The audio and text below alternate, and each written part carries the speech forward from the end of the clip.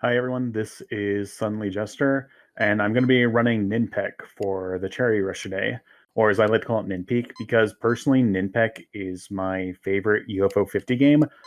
I'm not sure how popular of an opinion that is, but all I know is that when I played this game, I fell in love really quickly, and this game is actually kind of where I got started in my UFO 50 uh, career, I should say. Joining with me on the couch are Flick, Guri, and RPM.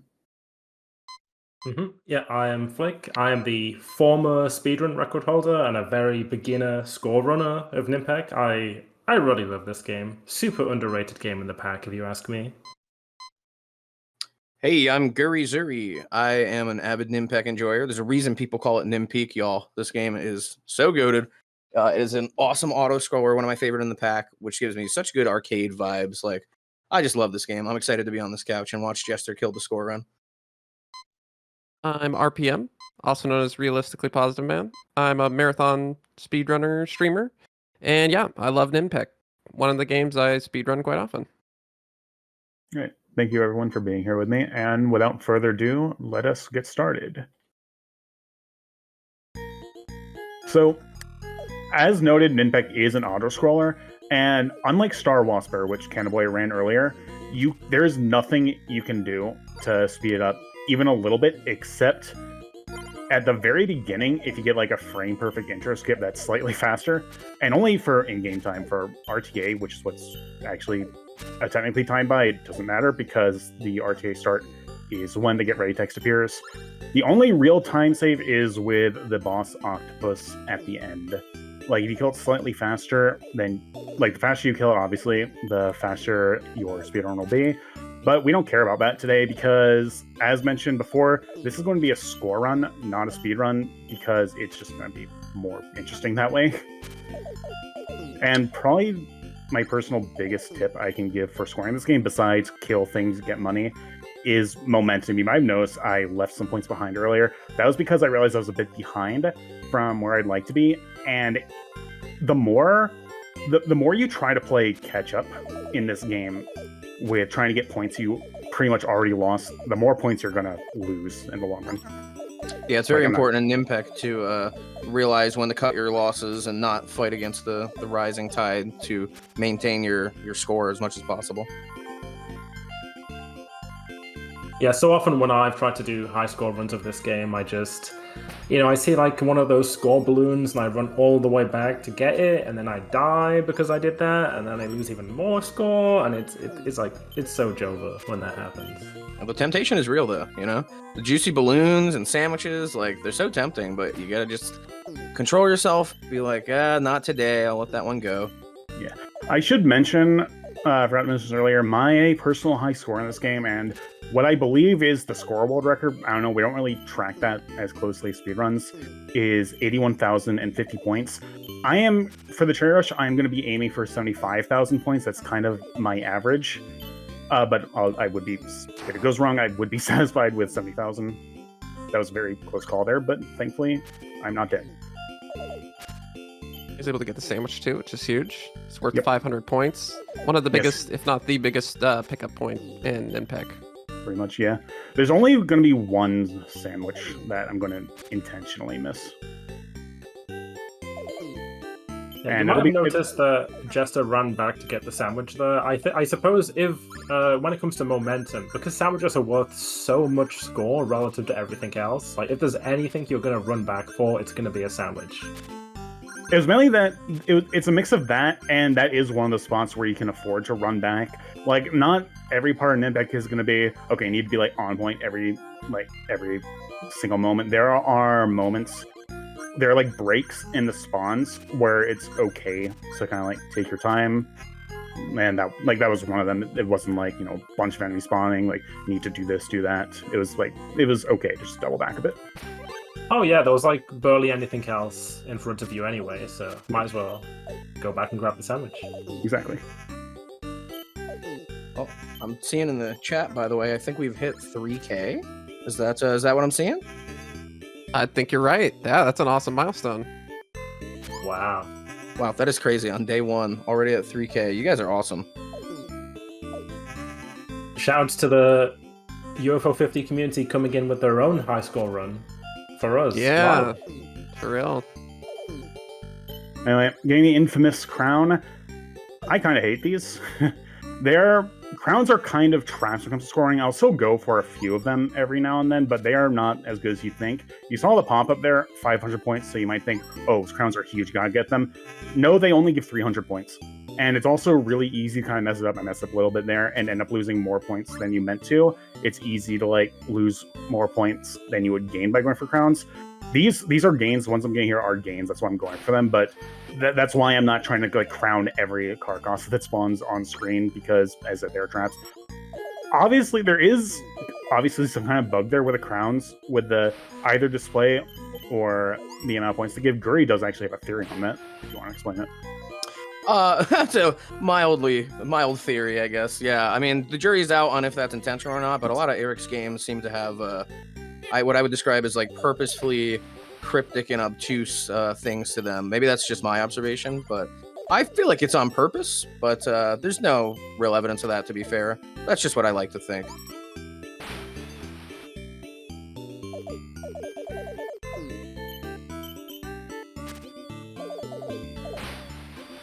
These mushrooms also give 200 points like the spike balls earlier. Unfortunately, they are kind of an issue sometimes to destroy, because they will explode into a bunch of spores when you get close to them, and it purely is based on your horizontal distance, not vertical. So it's really easy just accidentally get them to explode when you don't want them to.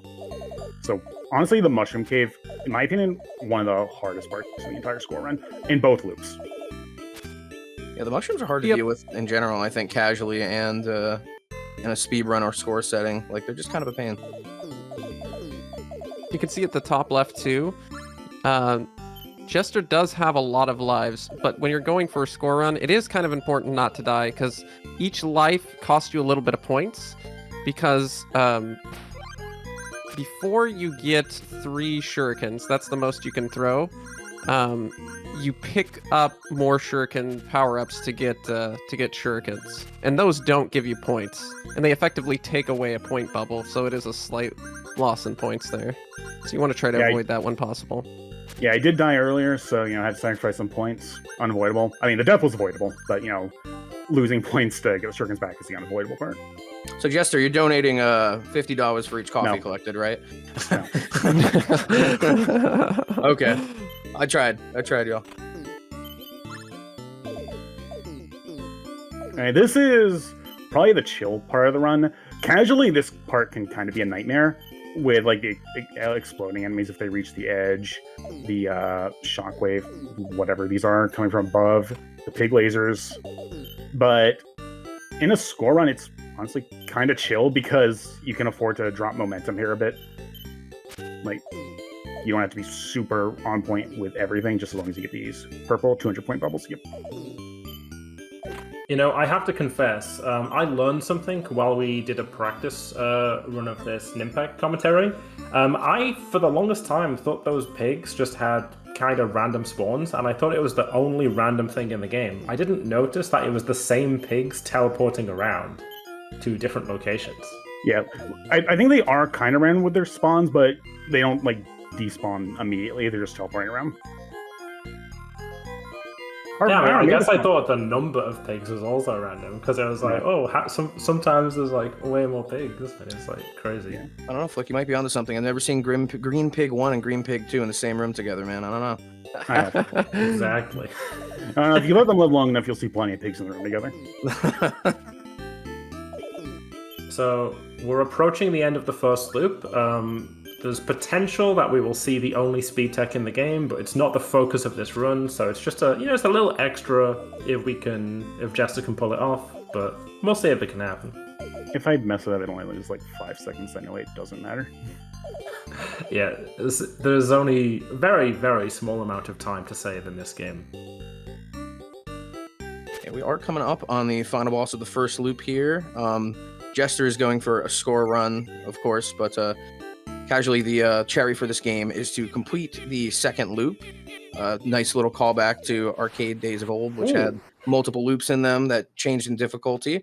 And there's the first boss down using a death to that was an sort of extremely abuse fire. clean boss kill, I have to say. Wow. Thanks, Daddy. Yeah, Yeah, Jester got the quick kill. Very nice. that seems really good. That's very, very clean. I done it faster, and I know this because I use a music cue in the background, specifically kind of like the bass line, to know when to drop down, because it's Ninpek. The song's gonna be at the same point there every time, and I am doing it slightly safer than I usually do. If I were going for like world record, I'm doing it like a beat earlier, just because I do want to show it off, and it's extremely tight. At the timing I do it in the current world record. And now we are on to Loop 2 here. As you can see, there are some new enemies. Loop 2 basically remixes some of the enemies, adds a couple new ones, and it also changes the placement of the spike balls, which are important for scoring points. Yeah. Also, you may have noticed at the start of Loop 2, Jester got a bunch of 1-up balloons. That is from the score that he had going into the second loop. And extra lives do not give you any points, and we have enough lives already, so just let them float away. Yep. I care very little about lives. Like, I'll get them if like they're right there, and it's not like losing me any time or momentum to just get them, but I'm not... I'm very unconcerned with them overall. Now, I believe Also, as well, just a quirk, is the fishes that shoot out the bubbles. I believe those bubbles can be shot for points as well. I don't remember Yes, if they... 50 points each. Theoretically, if you like manage to like fully like double dip on the fish, you can get 250 points for them. I don't go for that purposefully. Like, sorry, I had to walk in. No, that's okay. Had to walk Well in. done. Dead. Had to walk in. Dead. I guess I got the sandwich. Nice. He got the sandwich, though. That's okay, ladies and gentlemen. He got the sandwich. We're on track. We are Ninpek Gaming today. The mission's still Yeah, a That's go. right. That was perfect there. Had to walk in. Dead. You know, I have to ask, by the way, like, the Ninpek guy, like, didn't he only have one sandwich stolen at the start of the game? Like, he has, like, 20 at this point. Like, how many sandwiches do you need? See, that's the thing. Like, I think he might actually be a bad guy, because maybe he's stealing other people's sandwiches now. He's got greedy. Yeah. Well, these are the enemy sandwich. We're busting into the enemy stronghold and stealing all their sandwich as revenge. It's about sending a message. Like, they stole our sandwich. They stole our one sandwich. We're gonna steal all of their sandwiches. Unfortunate, but no well. Yeah, no It'd big. kind of be like if John Wick in the second half portion of the movie, if it turned into 101 Dalmatians and he just adopted a ton of dogs that he stole from the enemy. No, I feel like John Wick would just be about killing all the enemy's dogs, which is messed up to say, but you know, I don't think he would do. I don't think he would do that. That's very out of character for John Wick. But I'm saying if we're talking about, you know, the same thing, like, you know, they killed his dogs and now he has to kill their dogs, similar to like they stole our sandwich, now we have to steal all their sandwich, that kind of thing. Very true. Very true. I'm marking off my John Wick and 101 Dalmatians spot on my bingo card for the marathon. I can't believe I had the hard read on that. Wow, I'm sick with it. Never underestimate Guri's call-outs. He's on point with it. No, I am not going to go for crowns here because these snails are worth 100 points as well. And while if I play perfectly, it would still be worth to take the crowns, but I'm just going for the fact that, as you've seen, I'm not going to play perfectly 100% of the time. Like, Ninpek is harder than any kind of thing to score run because, like, sure, there's almost no randomness. You can memorize it all, but at the same time, it's like 16 minutes. You just have to, like, walk in. And if anything goes wrong at all, then, you know. Yeah, and if you're shooting for, like, the upper echelon of the scoreboards on Ninpek, I mean, you do have to be pretty precise. You can't really miss a beat if you're trying to get as many points as you possibly can. Well, I think it's a speedrun where you can't miss a beat. Because, you know, the sound cue. Oh, God. That's pretty good. Here we see another enemy change. Jester's killing them before they even have much time to be on screen. But these, yeah, they are surprisingly tough. I find them to be the hardest enemy in the game, personally. These were the mushrooms that we saw in Loop 1, but now they're flying around, flapping their flippers, going crazy. They're so random. They fly randomly, they shoot randomly. Sometimes they'll just shoot twice in a row because they hate you. I don't like them. Now, I am going to crown these guys. Yeah, I was looking. I didn't go for crowns with these guys on the previous loop because I kind of want to get the mushroom points. And honestly, this death isn't that bad because now I can just kind of let them run ahead and crown themselves. Like I wouldn't say that's an optimal death, but there are worse deaths to have, honestly. Not optimal, but opportunistic. So yeah, it's a quality of life death. Ensure that the crowns walk themselves, as you said. A great save there. That was awesome. Oh, huge snipe. Very nice. Yeah. So, Jester, would you say that the first loop or the second loop has more points available? Oh, that's actually a good question. I thought you were going to say which is harder. More points is...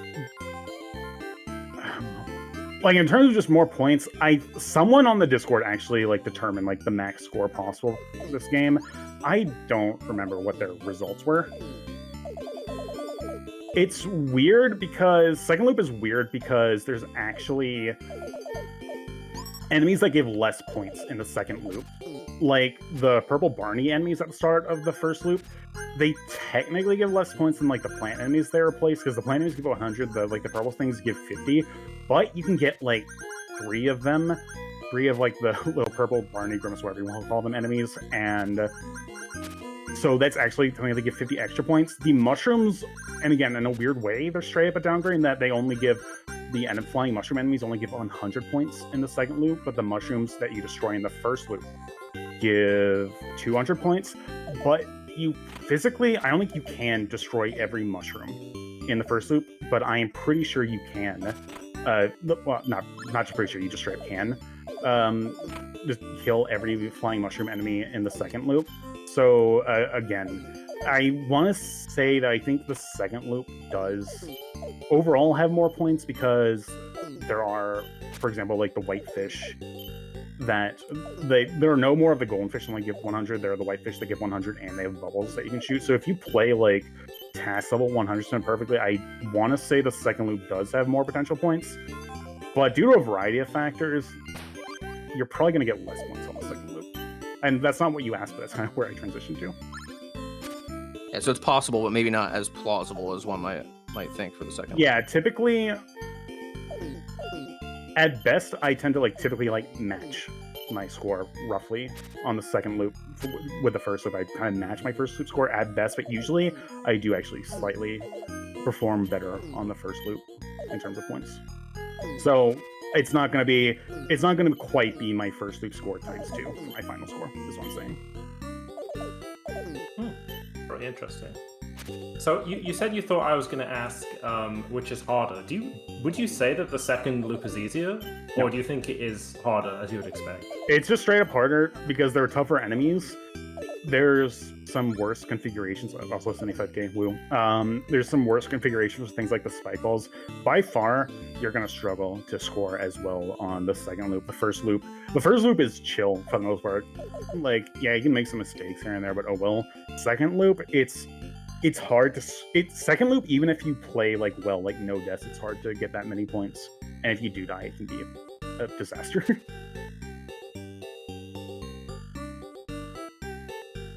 Well, here we are at the end of the second loop.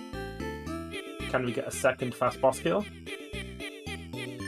Yeah. Oh, yes. And it's good. It's good. Whoa, let's go. That was well played. Very well done. That's time. Thank you. So yeah, overall, got the fast kills. Got just barely meet the score I was going for, which is good because there were some disaster moments there, but overall, went pretty much how I wanted to. And I guess for the high score name, it's UFO 50. So I'm gonna do. And I think there's no exclamation point, so it's just gonna be 50. 50 period. 50. 50. All right. Wow, very well done, Jester. Guys, please give it up for Jester. That was such a good run. Yeah, good game. Oh my gosh. Yeah, thank you guys for being here with me.